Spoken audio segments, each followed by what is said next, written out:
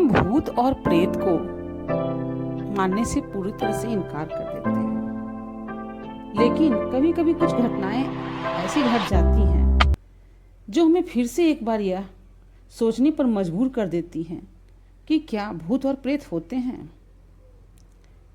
यह ज़्यादा पुरानी कहानी नहीं है। यह कहानी एक रवि नाम के लड़के की है जो कि एक मल्टीनेशनल कंपनी में काम किया करता था।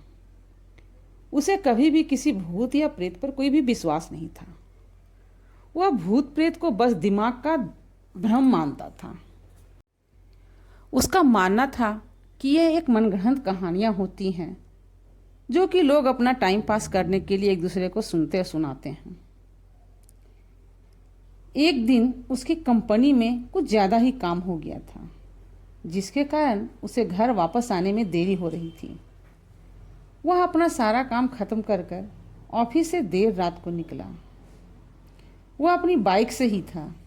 कुछ दूर चलने के बाद उसकी बाइक खराब हो गई थी, तो वह अपनी बाइक को पैदल लेकर ही चल दिया। कुछ ही दूर चलने के बाद उसे एक बस स्टॉप दिखा। वह कुछ देर वहां जाकर रुक गया और सुस्ताने लगा। थोड़ी ही देर के बाद उसके पास एक साधु भी आकर बैठ गया। वह साधु काफी मैले कुचैले कपड़े पहने हुए था। साधु अपने पास एक बीड़ी रखे हुए था। वह अजीब तरीके से उसे पी रहा था। उस लड़के की एक बहुत ही गलत आदत थी कि वह किसी से भी बात करना शुरू कर देता था और बहुत ज़्यादा घुल मिल जाता था। तुरंत हंसी मजाक कर लेना और तुरंत अपनी बातों को बता देना उसकी यह आदत थी। वह इस साधु से भी बात करने लगा। बात ही बात में इस लड़के ने कहा, बाबा, मैं किसी भी भूत या प्रेत को नहीं मानता हूँ। यह सब झूठी बातें हैं और मनगढ़ंत बातें हैं।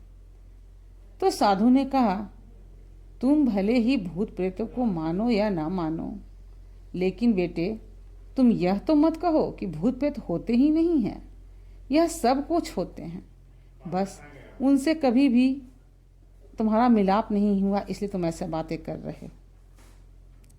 इस पर उस लड़के को थोड़ी सी हंसी आई।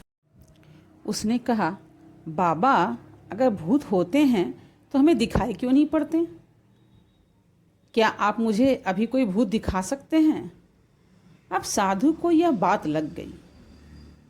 उसने सोचा कि अब इस लड़के को जरूर ही भूत दिखाना होगा। साधु ने लड़के को कहा, क्या तुम अभी मेरे साथ शमशान घाट की ओर चलने को तैयार हो? मैं वहां पर तुम्हें भूत जरूर दिखाऊंगा। लड़के ने कहा, चलिए, और फिर दोनों साथ चल दिए। थोड़ी ही देर में दोनों शमशान की ओर पहुंच गए। रास्ते में उस लड़के को थोड़ा डर भी लगने लगा, फिर भी वो अपने आप को डर को कम करके आगे बढ़ता जा रहा था। शमशान घाट में अभी भी कुछ लाशें जल रही थी। साधु ने उसे एक ऐसे स्थान पर बैठाया जहाँ पर कुछ ही समय पहले एक लाश जली थी। अब साधु ने जमीन में एक लोहे की कील को गाड़ दिया और उसमें एक सफ़ेद धागे को बांध दिया। उस लड़के को साधु ने वहीं पर स्थिर से बैठे रहने को कहा और उस धागे की अंतिम छोर को उस लड़के को पकड़ने को कहा। अब उस लड़के को धीरे धीरे डर लगने लगा। अब उस लड़के को हद से ज़्यादा डर लग रहा था। उसकी सांस भी तेज हो रही थी। उसके हाथ पैर भी कांपने लगे थे। फिर भी उसने धागे को पकड़ लिया। साधु ने कुछ बतासों को 4 जगहों पर रख दिया और सारे बतासे उस धागे के पास ही एक लाइन में रखे हुए थे। इसके बाद उस साधु ने लड़के को सावधान किया कि अभी कुछ आत्माएं इनको खाने के लिए आएंगी। जब तक वह आत्माएं इनको खाकर चली न जाएं, तब तक तुम अपने हाथ के धागे को छोड़ना मत। यदि तुम ऐसा करोगे तो तुम्हें नुकसान हो सकता है। वह तुम्हें मार भी सकती है। इतना बोलने के बाद साधु ने मंत्र पढ़ना शुरू कर दिया। वह जोर जोर से मंत्र को पढ़ने लगा। कुछ मंत्र पढ़ने के बाद साधु ने उस लड़के को आंख बंद करने को कहा और कुछ थोड़ी देरी के बाद ही उसे आँख खोलने को कहा। जब उस लड़के ने आँख खोला तो उसने जो देखा उसे उसके ऊपर विश्वास ही नहीं हो रहा था, क्योंकि वास्तव में वहाँ पर 4 आत्माएं आ चुकी थीं जो उन बतासों को खा रही थी। लेकिन जैसे ही रवि की नज़र उसके पड़ोस में रहने वाले एक व्यक्ति की आत्मा पर गई जो कि कुछ ही दिन पहले मर गए थे, तो डर के मारे उसके हाथ से धागा छूट गया। वह हड़बड़ा गया। उसने अपने चारों ओर देखा, वहाँ पर अब साधु भी नहीं थे। वह लड़का तेजी से शमशान घाट से अपने घर की ओर भागने लगा। जब वह अपने घर की ओर जा रहा था तो कोई पीछे से उसे उसका नाम लेकर बुला रहा था। उसको पीछे से कई तरह की आवाज़ें आ रही थी, लेकिन उस लड़के ने पीछे मुड़कर नहीं देखा।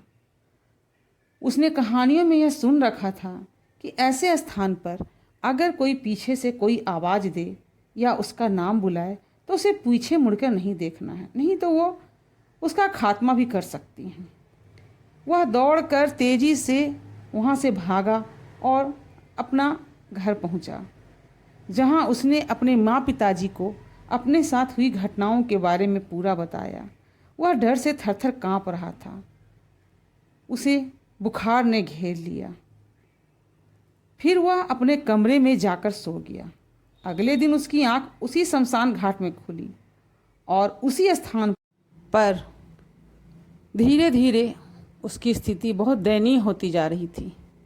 उसका दिमागी संतुलन धीरे धीरे हिलता जा रहा था।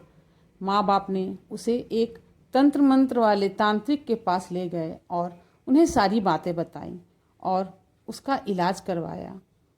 पूजा पाठ तंत्र मंत्र के द्वारा धीरे धीरे उसकी स्थिति अब बेहतर होती जा रही है। तो आपको ये मेरी कहानी कैसी लगी? कृपया कमेंट करके बताएं और ऐसी ही कहानी को जानने के लिए मेरे चैनल को लाइक, शेयर और सब्सक्राइब करें।